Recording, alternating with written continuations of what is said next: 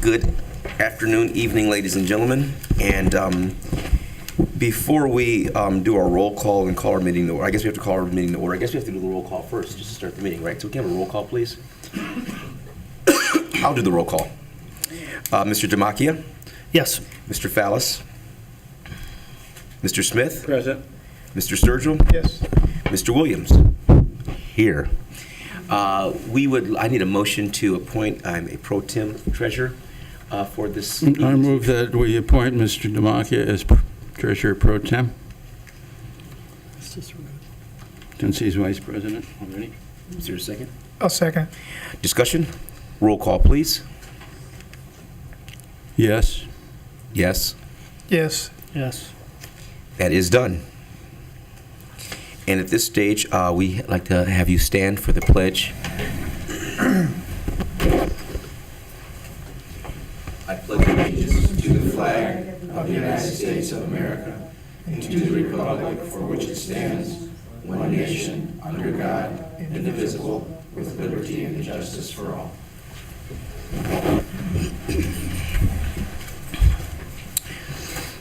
Any visitors who we have this evening? No visitors. This time we will entertain our first hearing of the public. No takers.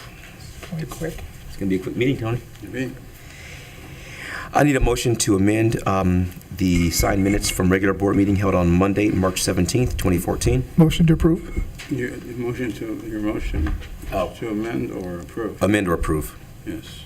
Is that your motion, Mr. Sturgill? Mm-hmm. Support? Discussion? Roll call, please. Mr. Sturgill. Yes. Mr. Smith. Yes. Mr. Williams. Yes. And myself, yes. I'll wait until this other piece for it's kind of old business. We'll wait till later in the reports. Any old business, gentlemen?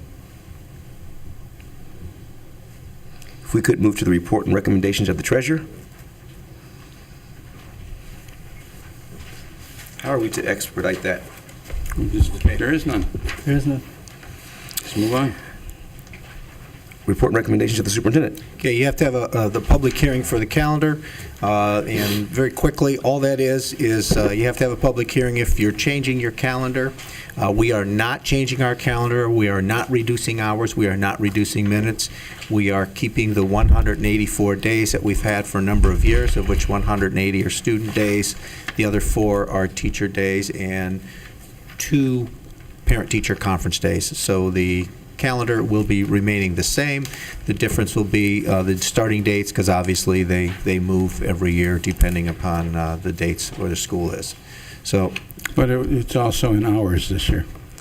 this year will be going in hours, Next year. but because It'll be the same, just like we've been doing. it'll be exactly what we've been Yeah, doing. except it'll be in hours, not Except in days. hours and minutes. That is correct. Yes. So, if anyone can speak to that from the public? We need a motion. No, we already did it. have an open hearing for the public. Okay, tonight I have a very brief presentation.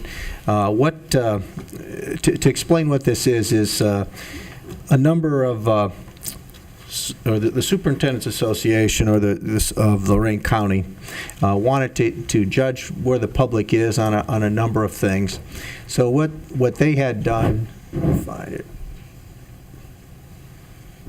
Oh man, my eyes are going. Yeah. All right, where is it? From beginning. I'll find it. Okay. What they did was they contracted Burgess & Burgess, and now this is a county-wide survey. And what they're looking at is a number of initiatives that are coming down in the public and coming down from our legislatures. And what did the public really, really think about these? And they did a phone survey, and you'll see exactly. Okay, there we go. 620 registered voters, and the way they did that was they did it proportionally to the size of the cities. So Lorain, of course, got more input than did a smaller like a Columbia. But what was interested was these are the days they did them, and this is the purpose of what they were doing, and they did it by school district geography. And not all resorts, like most of these things, they are rounded up. And it was interesting because this is pretty much, when you look at the demographics of how many people do not have children in school and how many people do have people in school, and that was the demographics of the folks of the 620. And once again, this is a county.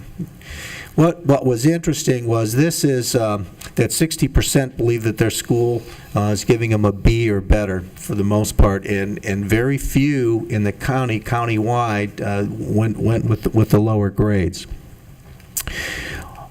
But what was very interesting on this is only 1 in 5 believe that education is improving, and most believe it's getting worse, which is interesting, and that was what we were looking at. What are people's perception? And they're only their perception is what they hear.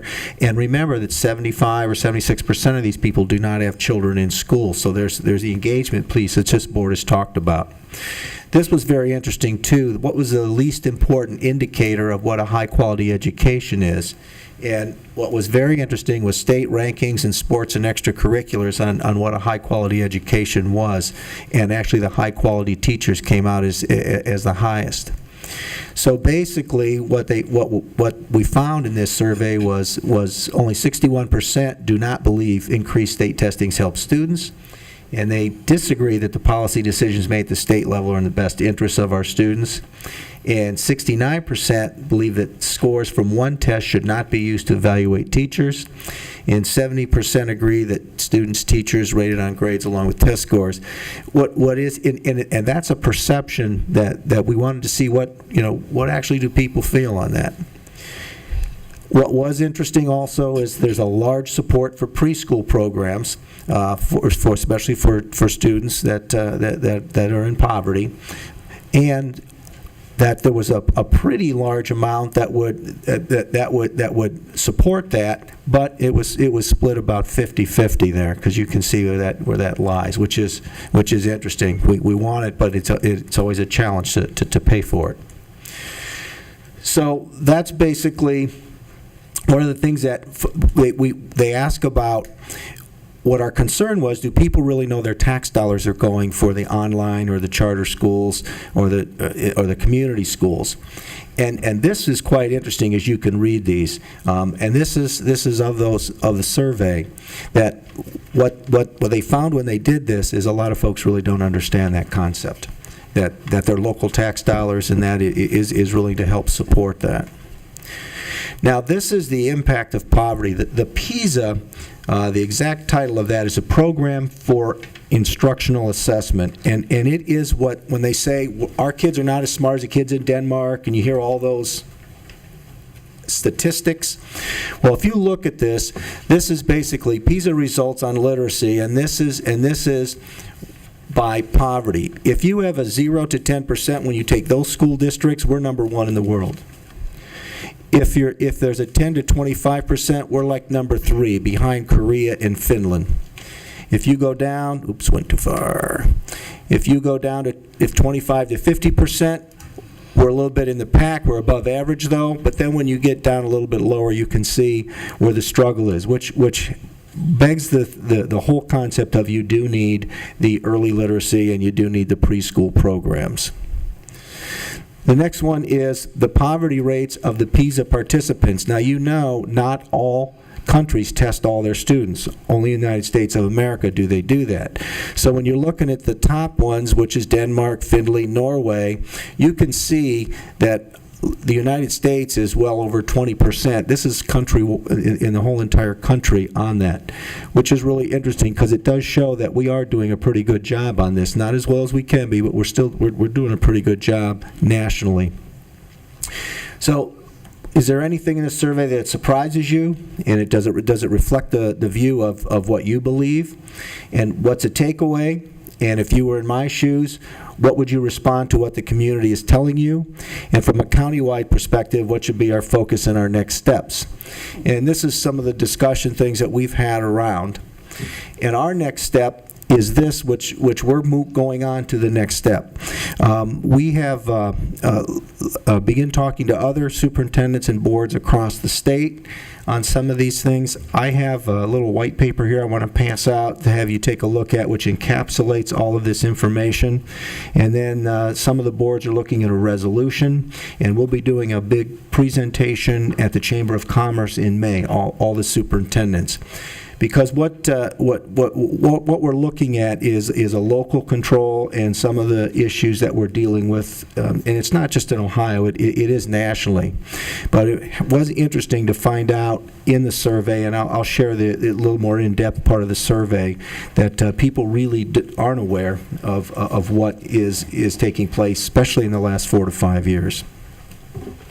So we turn that off. Questions? I have a solution, since the media is not here. We charter buses and give all of our legislators in Columbus a free trip to Canada. We put them on a large ferry boat, and then we sink it in the middle of Lake Erie. And then we will be on CNN News, not the missing Malaysian airliner. Excuse me, Mr. I know you want to hear that. No. I want to hear anything except CNN. Well, I watch CNN every day, and I've slept through this. It's just cycling over. Well, it's going to, anyway, and I was going to make this comment later. I'll make it now in my legislative report. Because Mr. Williams has asked me to be legislative liaison, I have been watching more closely. And I am growing very, very concerned, and I'm serious now, that there appears to me to be a movement within legislators, not just in Columbus, but in Washington, for whatever reason, to micromanage public schools out of existence. If you read some of the well, look how long it took them to figure out how we were going to handle calamity days, better known as snow days. And there's a bill now that left the Senate, that's in the House, regarding changes to the teacher evaluation. You couldn't, it's impossible to understand it, and it would be impossible to carry it out. The Senate bill was not all that bad, but now that the House is in, and this is in Columbus, and more, whether it's money going to other types of schools or making the job of teachers and administrators next to impossible, you've got a lot of people that don't know what they're doing, telling people who do know what they're doing how to do their job. And it will ruin it. It's a big, and it gets back also that, and I think the survey points that out, Mr. Tucker, maybe one thing we have to do as a group is better inform our citizens. I agree. So they know where those dollars are going. Not reading about it in some op-ed somewhere, but understanding where their dollars go. So thank you. I think one of the interesting things, because I saw the survey presented by Mr. Ring? Yeah. Mm-hmm. And the piece on preschool, which was interesting because when you look at it and it shows a slight majority is not in favor but of funding, of separate funding for that, but there is a significant number That value it. Which is, I think, a strategy. Maybe I don't know how it works out, but we've never really considered or talked about in many districts is levy dollars just dedicated towards preschool. Because people have an affinity for little children, and there's I mean, even when you survey people in the same piece in terms of tax dollars towards public school, our regular traditional levies, they aren't coming in. We got to do a whole lot more changing people's minds than that survey indicated for preschool. I mean, that was what was it, 48%? Mm-hmm. Yep. That's really close. Now, I don't know how that would impact our ability to pass out the levies, but again, as we're looking at the state not funding preschool, and in a district like ours, how important preschool is to the third grade guarantee, we may need to look at some other strategies on how we can do that without, There are studies that have been done over a 20-year period on preschool and how it not only affects students in K through 12, but following students into their early adulthood. Preschool students do better, make more money, and have less trouble with the law than do students who don't go to preschool. It's extremely important, and that was the big push with the program, with the federal program. It's still around, but it's Oh, the Head Start. Head Start, Johnson's Great Society. And in the beginning, it was, I think probably, and you'd know more than I would, Tom, but it would seem to me it was more meaningful. It did more than, I don't know what it's doing now. Do we see any? Well, they are starting in part of the preschool to step up to quality and trying to improve a lot of those programs. I got something else to add to that, if you would. Sure. Under the clustering, which you've read, that it looks like we're gonna hold off for a year. But in the meantime, one of the things that I have been attending is Cincinnati's had some successful schools, and there's been some real success around some other urban districts. And I've been attending a number of city club forums with a number of educators through the kindness of Nordson. And one of the things that's been ringing true on a lot of the ones that I've attended and doing a lot of research is what we've talked about a little bit is a community type school. And I think that's what we need to do before we do any clustering or changing is next year, starting at this year and working next year, is changing our focus to more of a community school where we bring people in. And whether that means bringing some health things for them or some assistance, that the school is the centerpiece, and we get the parents in and the caregivers for those children and bring in some volunteers. And that's an initiative we're looking at very strongly for next year, to get the doors open and get folks in to actually be involved, not just come in tutor, not just be in, but to have an actual say in getting some things going. Now, it's going to be a challenge, but the surveys that we got back from the clusters was not that they were against it, but the lack of knowledge and the lack of outreach, which we knew that, but maybe it's time we even ramp that up even more than we have before. So Well, that's what we're looking at. as you know, Tom came in the other day and reviewed much of the material on those surveys, and I found them to be tremendously positive. Mhm. The opinion of our school district isn't what you read in the paper, and those parents want to be more involved, Yes, they do. It's very clear. and the kids want more activities with parents involved. The kids' part of it was wonderful, especially the young man that wants ice cream stand in every school, and ice cream would be free. And I said, I like it. It's what he said. But I hope that in some manner that if I were someone who had responded to that survey, I would like to see what the results were. So I hope we can put that online in some way. We're working on, as you know, it's in like 3 or 4 different Yeah, I formats, know. because some was written, some was online, but we're working on a way to do that. But it's got some very good guidance for us on how to reach out. Well, the one question on the student survey that just warmed to my heart was the high number of students that responded to the question, do you want to have more friends? That was probably the highest That's on responding any of them. number. And I thought, wow, wonderful. They want to have more kids. They want to know more people. They want to have more friends. And the majority of them said their school was safe. Mhm. Their teachers were great. And it wasn't what you would expect. What we learned is We have more work what we to can do. We need to But reach it all gets down to the communications piece.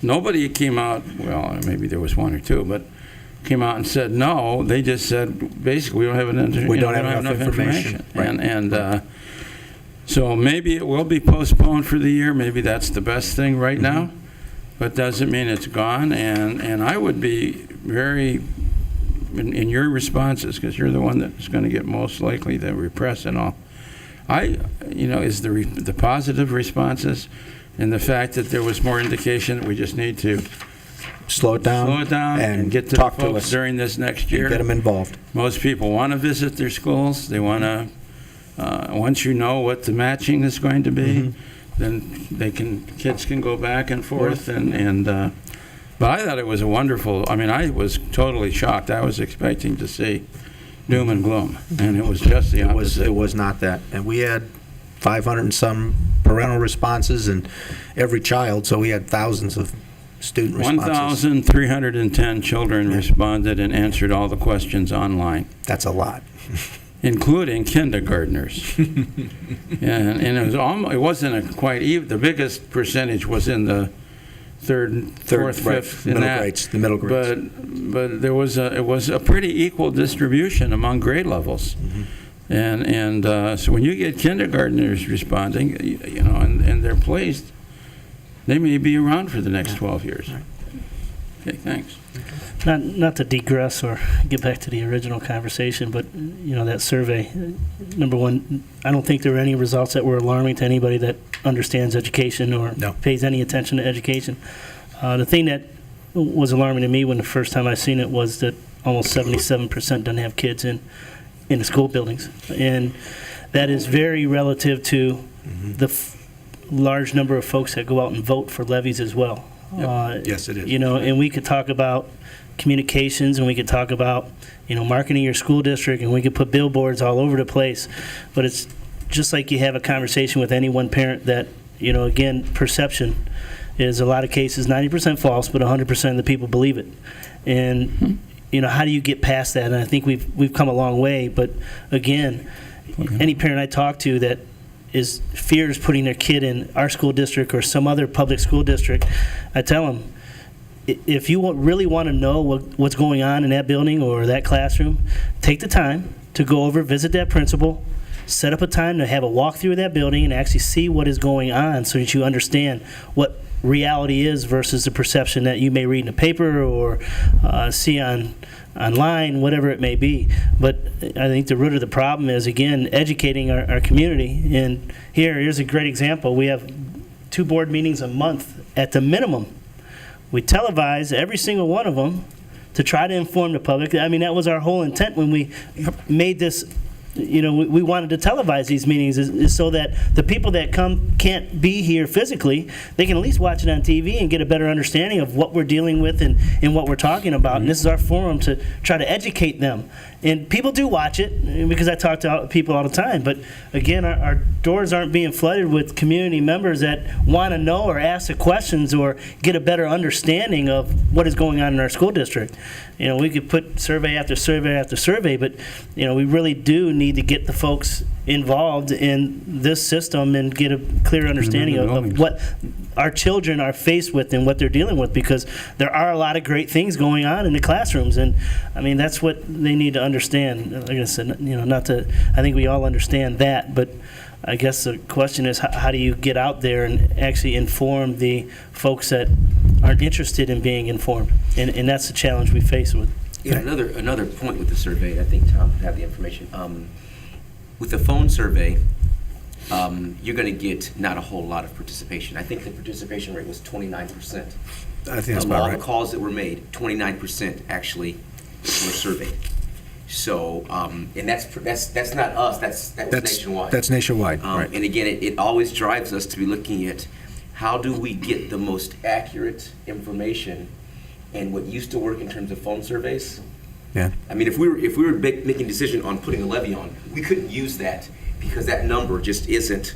That's not the real vote out there. 29% of the folks answering the phones, who answers their phone anymore? It's just But I'm glad they did it. It's a good survey, and I think even one of the things, because I went to a superintendent's meeting to talk about some other things, but some of the folks that I know and have talked to, our disparity is not nearly as significant As you it think. appears to be. Right. That is correct. And it's really interesting, especially as we all now face some of the same adversity.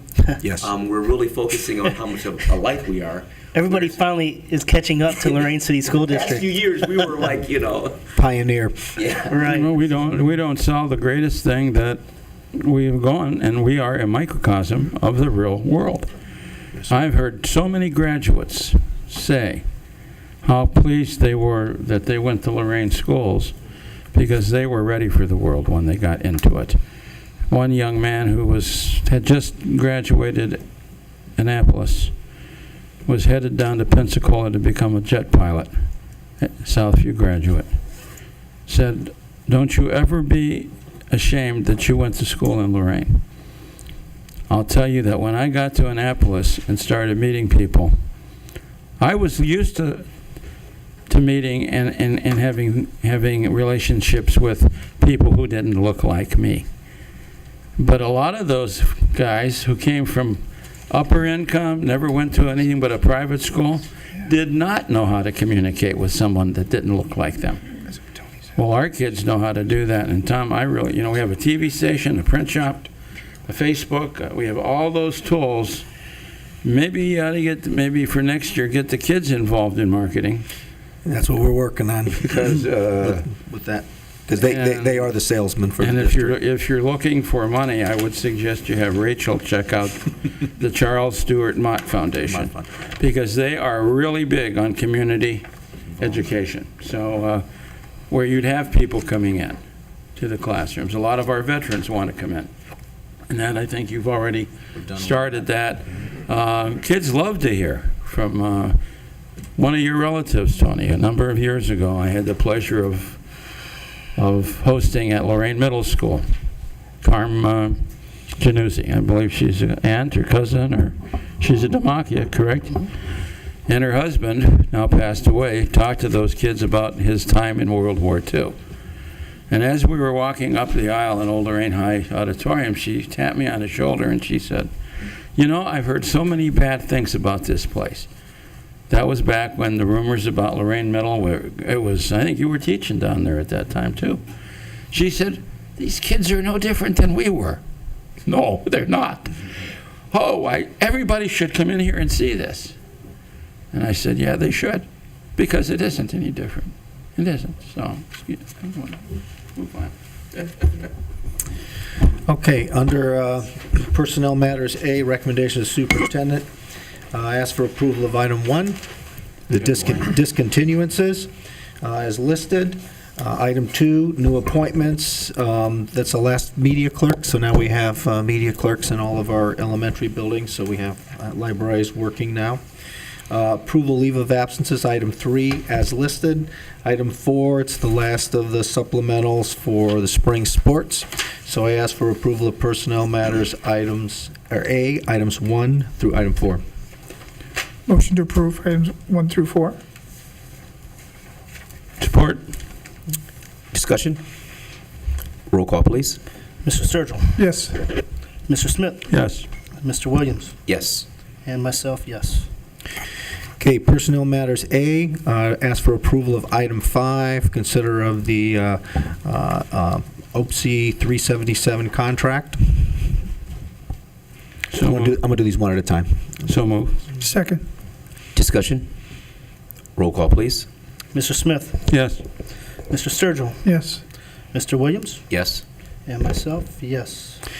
Ask for approval of item 6, approval for the Ohio Association of Public School Employees 120 contract as listed. Motion to approve. Support. Discussion? Roll call? Mr. Sturgill. Yes. Mr. Smith. Yes. Mr. Williams. Yes. And yes. And approval of item 7, the Lorain City Schools Association of Classified Employees contract as listed. So move. Second? Roll call? Mr. Smith. Yes. Mr. Williams. Yes. Mr. Sturgill. Abstain. And yes. And your reason, Mr. Sturgill? Yeah, I've been advised by the Ethics Commission that I should abstain. My wife was on the negotiating committee for this, and it's appropriate that I abstain from this vote. Thank you. Okay, item 8, this is the revised job description for the high school principal, so we can advertise that beginning tomorrow. Item 9, this is our annual approval of the contract for the police department for our SR, our school resource officer in our building, which has worked very, very well for us. Item 10, approval of a contract. This is to have our documents and letters sent to the public translated into Spanish for our Spanish-speaking people. 11, consideration of approval of food operations management service contract renewal. Item 12, consider approval of increased of lunch prices as listed. Item 13, approval of a contract for Blue Train Music. This is student activity, the DJ services. This is a prom. We're getting to that time of the year. Item 14, approval of a contract with Common Ground to provide what's called a ropes course. This is for New Beginnings for a team building activity for those students. Item 15, approval of a contract with the Metropolitan Community Service to provide teaching opportunity unity by connecting hearts. This is also for our New Beginnings students, and both of those are alternative education grant expenditures. Item 16, approval of a contract with Cuyahoga Valley National Park to provide a variety of educational hands-on experiences. This is also for our New Beginnings Academy. This is also an alternative education grant. Item 17, approval of a contract with Soundproof Entertainment for services delivered. This is for the DJ, and what this was, it was a student activity and endowment. This was part of the OAA incentives, getting them ready for their test to take later this month. Item 18, approval of a renewal contract for audiological services. This is an annual a contract that you approve for our hearing impaired students. Item 19, an annual approval of a renewal contract with Lorain County Board of Mental Retardation and Developmental Disabilities for our students, and this is no cost to the district. Item 20, approval of entering a contract for the payment of educational costs for the school year. This is our annual one for the students that are placed out of the district, usually court placed. So I ask approval for operations matters items. Well, personnel matters 8 first. Revised job description for the high school principal. Item 8. Motion to approve item 8. Second. Roll call. Mr. Sturgill. Yes. Mr. Williams. Yes. Mr. Smith. Yes. And yes. And approval of operations matters item 9 through item 20. Motion to approve item 9 through 20. Support. Discussion. Roll call, please. Mr. Sturgill. Yes. Mr. Smith. Yes. Mr. Williams. Yes. And yes. And last item, number 21, this is a contract for internet services. This is to give us a little more headspace on our internet services out. And this is a 3-year contract, and 85% of that is reimbursable through the federal E-rate program. So ask for approval of item 21. Motion to approve item 21. Support. Discussion. I like the fact that there's an 85% return on this to the general fund, so I think that should be noted. Roll call, please. Mr. Sturgill. Yes. Mr. Smith. Yes. Mr. Williams. Yes. And yes. That ends my report and recommendations. Thank you. Under new business, there's a few items, which again, I wasn't sure that they were under new or old, but since it's a new document, it's an older discussion. Before you gentlemen, you have a letter that's been drafted to attention to Miss Nancy Greer, to the Lorain City Council, and it is stating the position of this local school board as it relates to the pilot program and fundamentally the transference of voted on levied dollars from what they were intended.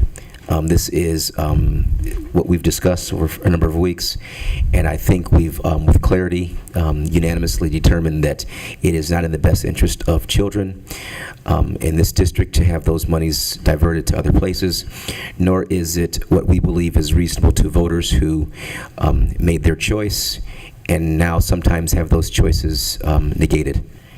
Is that accurate, gentlemen? Yeah, why don't you just, do you want a motion first to?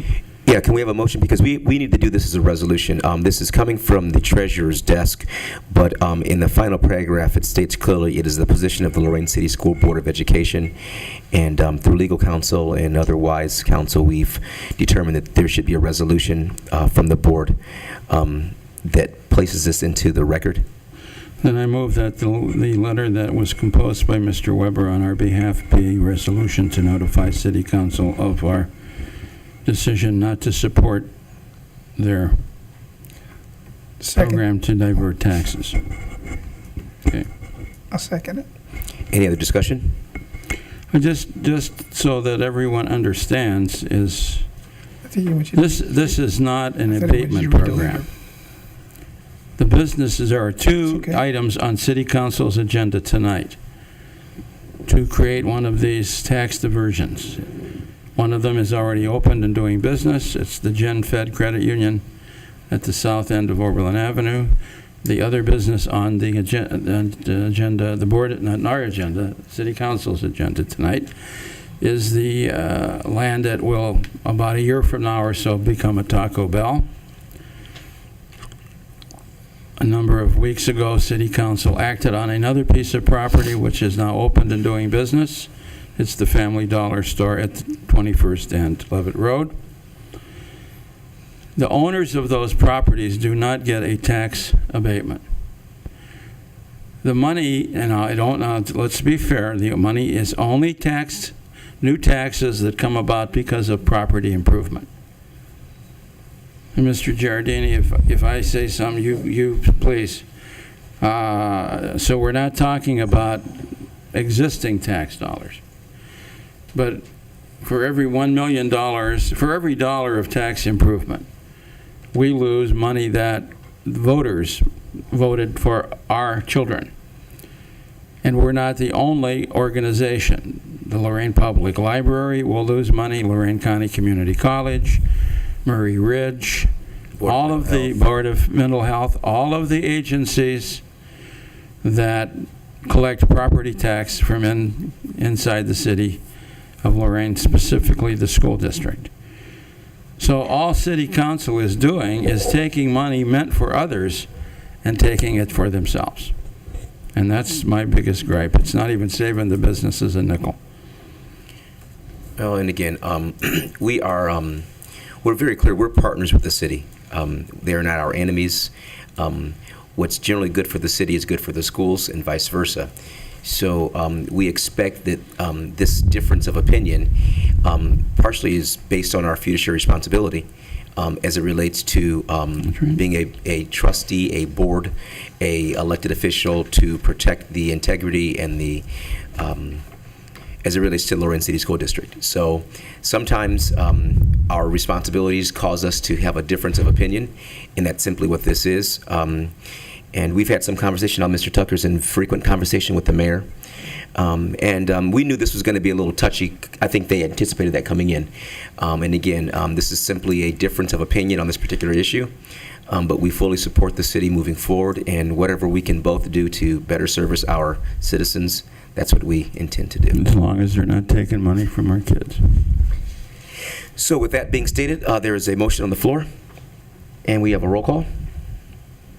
Who supported it? Sturgill. Mr. Smith. Yes. Mr. Sturgill. Yes. Mr. Williams. Yes. And yes.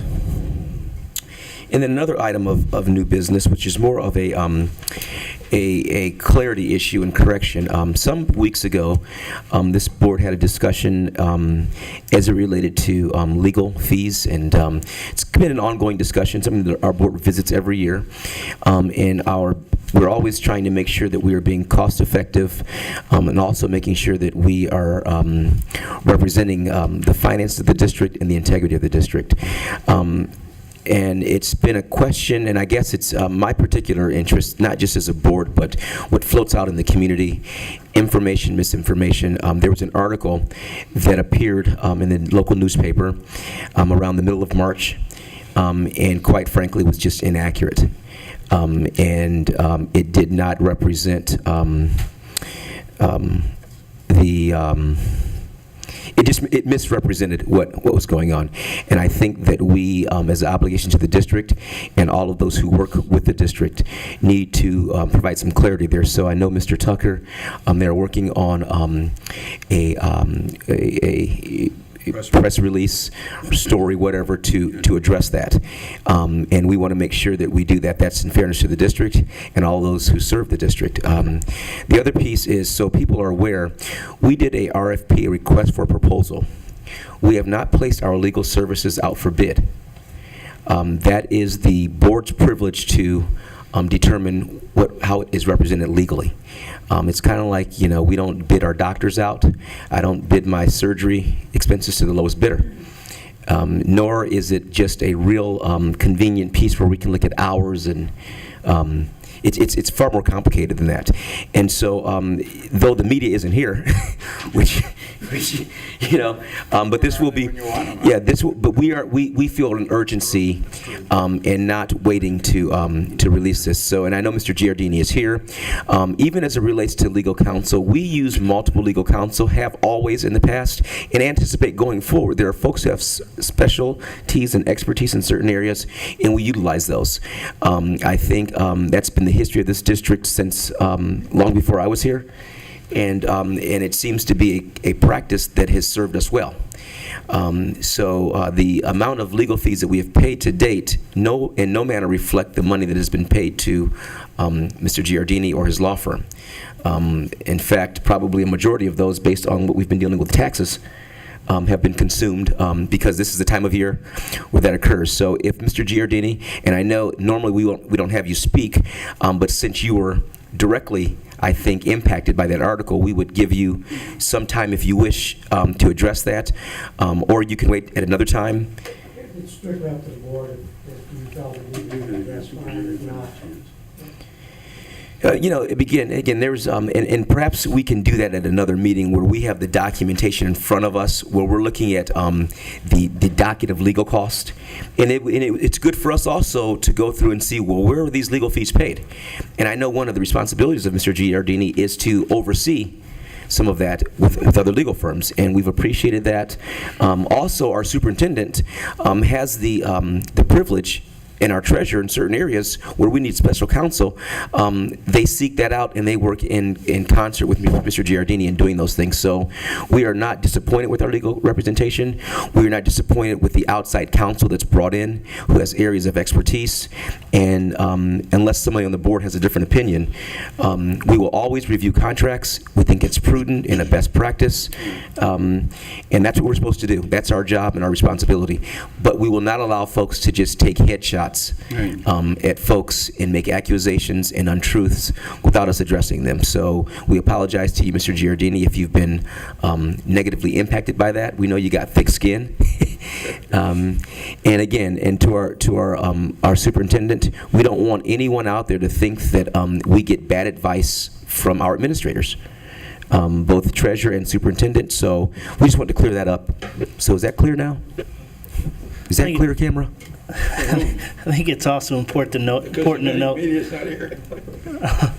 that this district, over the course of the last 5 years, has saved or reduced our legal fees by about 230 some odd dollars a year. $1,000. Thousands of dollars a year, as opposed to the previous 5 years before 2008.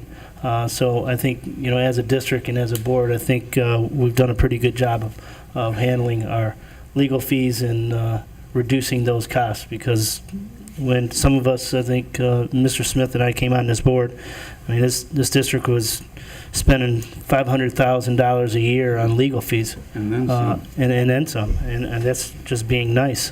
So the fact that we spent $146,000 last year on legal fees in this district, split between 5 different firms, that's pretty good. And again, like I said, it's about $234,000 a year savings that we've saved over the course of the last 5 years, so that's important. Not to mention the quality. I mean, I think that's the thing that we have to talk about is quality is important. And there are certain things that you don't, if you're satisfied, you do your justice and you do your due diligence by looking, but make sure you get quality. Mr. Sergio, Mr. Smith, any comments? Not for me. No, I'm good. I mean, I could say a lot of nice things, but a lot of nice things have been said about Mr. Giardini, and I'm just going to wait and see how everything works out and do what's right for the district and the children. Thank you. At this time, gentlemen, is there any other new business? At this time, do we have any committee reports or requests from board members? I have a committee report, if I might. as legislative liaison. There's been 2 bills the governor has signed since our last meeting. He signed those bills on the 26th of March. One bill, House Bill 416, deals with calamity days. The more important of the 2, not that calamity days aren't important, is House Bill 107. I can't read my own writing. Is that 107 there? Okay. This is very important. Beginning in January of 2015, any business that enters into an internship agreement with a high school for high school students to become interns will get a $5,000 per student or per income credit against their state tax. The credit would either be the lesser of $5,000 or 50% of the salary paid to the student.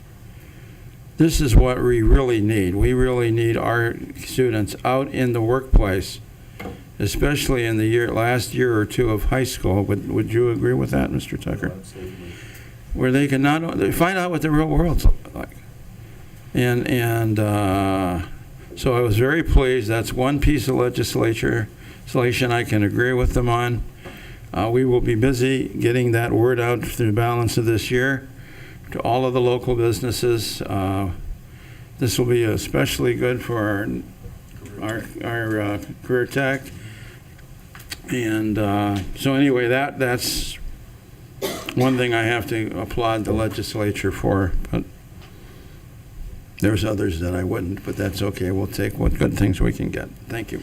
Thank you. And one other piece for at FYI, on April 16th, I've been invited to a meeting. We've had some discussion. We are at a year into our Academic Distress Commission, and there's a strong desire for the board to meet with the commission and kind of discuss where we are, where we're going, and how we can best navigate that. We think there's been some very good things, some things that have come out of this Distress Commission, and we want to make sure that that we keep moving forward in the best interest of the district. And, you know, I mean, every now and then you got to kind of review where you are, see where you've come from, and really make sure that we're all on the same page on where we're trying to get to. And there's no dissatisfaction, but again, it is a reasonable time for interface with the board. So I've been invited to a meeting with the superintendent, with the chair of the Distress Commission, and a representative from the Ohio Department of Education. And so if you gentlemen have any questions that you want asked at that meeting, please get those to me sometime this week. We have, fortunately, Mr. Tucker is the liaison in many regards. And so we've been up to date on everything that's going on. We get the same reports. But again, it's time that, you know, I guess that we interface, that if we're a horse and they're a horse, that the horses talk together. And Like Mr. Ed? Like Mr. Ed. So again, if there are any questions or concerns, gentlemen, this would be a good time to raise those. This will be the first of a dialogue. I know Mr. Smith attends regularly. I think Mr. Sturgill has attended. I have not attended any of these meetings since the first one, and that was intentional. We have really opened our arms to this commission with a hope and expectation that they will help us to do what we're trying to do for kids. And so we've not crowded their space, but we're excited about some interesting conversations and really looking at how we can support each other and doing the best for the district and accelerating this thing. I think there's, Mr. Tucker, if you could share with the board, maybe there's a lot of legislative things that have changed. And they keep changing. It's like a moving target. It's a moving target right now. Yeah, it's crazy because conditions that exist now were conditions that existed before, and they aren't the conditions that are going to exist in a few months. So we're in this limbo piece, and we just don't really know where we are. We don't know if we're where we're supposed to be, if we just happen to land here.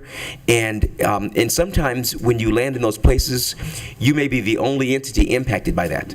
And I don't think that any legislation is designed to impact one district.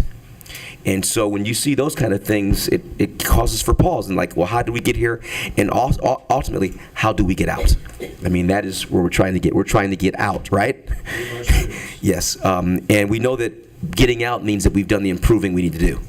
So we'll look forward to that meeting. And I would suggest you take another board member with you.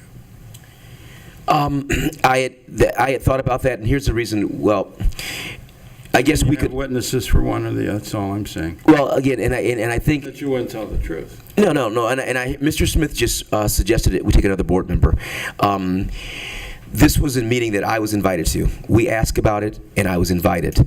We are not going in with any expectation of any hostility. We are not going in expecting that we have to have someone we trust. This is not representation of absence of trust. So we're very careful. When you go in and you take somebody with you, that's kind of a pre-statement sometimes. So we don't want to present that. We will be represented by 2 members of our district, myself and Mr. Tucker. And I think that. And also with them, they aren't bringing a chair and a board member, so we're just kind of meeting on. Very good. Yeah, does that sound reasonable, Mr. Tucker? Yeah, right. And we've talked a lot about it, so we don't have a lot of anxiety about this. But we. It's 1 year in, time to review. Yes. So I just want to give you all an update on that. And any other reports? Second hearing of the public. Come on, somebody's got. I want to. Stop it. Announcement of our next board meeting, 21st. April 21st, It'll be 2 weeks from today. 2 weeks from today, 6:30 p.m., right here. And we don't need an executive session this evening, do we? No, just one thing I do want to mention. I'm sorry, there's some excitement. We're opening bids tomorrow. Finally. Oh, yay! And we are moving forward with this high school. That's exciting news for the whole city. Yeah, I just want to keep everybody in mind on that. It's been a long time coming. I just want to make, that's great news, and let's just keep our fingers crossed that these bids come in the way, we I think people are really going to get excited when they start to see steel roll in and structures go up. I think that's when the excitement begins. Man, I was excited to see the pool put in over there. That's what that is, isn't it? Yeah, that's nice. We're gonna, we're thinking of canoe classes and kayaking. Yeah, that's great. That's great. Maybe we can get a team tester or something. I shouldn't make them. Aside of that, thank you. Oh, go ahead. Yeah, aside of that, before you, that's a great packet too, by the way. But I do want to. Again, I know we mentioned it last board meeting, but since this is officially Doreen Reese's last board meeting with this Board of Education, I do want to again thank her and wish her the best of luck. And we're certainly going to miss her here. And so thank you for everything that you've done. Because you've done a lot. You've gone out of your way for us for these board meetings, and I for one appreciate it. And I know everybody else does as well. So thank you very much. And in that same token, I'd like to welcome Mrs. Kathy Long as well to our drama. So welcome, and we're excited to have you as well. So See, thank you for being You need a big hat. This is like a 6-ring circus here. And yeah, well, it's not that we don't like you, so please don't, but you sure you have to leave? Can't we have both? Sure. I mean, I think our board, I like Dale and everything, but this is just a little bit. Yeah. No comments, no. Again, thank you, Doreen. It's been a real pleasure. Welcome. Ms. Long, welcome. Yes. We're nice people. And remember, I was at your wedding, so you behave. Many long years ago. At this time, may we have a motion for Move to adjournment? adjourn. Second. Roll call. No discussion? Anyone discuss it? It's not a discussable. Mr. Demakia, I asked for a roll call, please. It's not debatable, so Who made the motion? I did. Mr. Smith, Yes. Mr. Sturgill, Yes. Mr. Williams. Yes. Yeah. Thank you, ladies and gentlemen. Have a good evening. This has been a production of Lorain City Schools TV 20 WLCS. To purchase a high-quality copy of the program you just viewed, please call Lorain City Schools Television at 282-8400.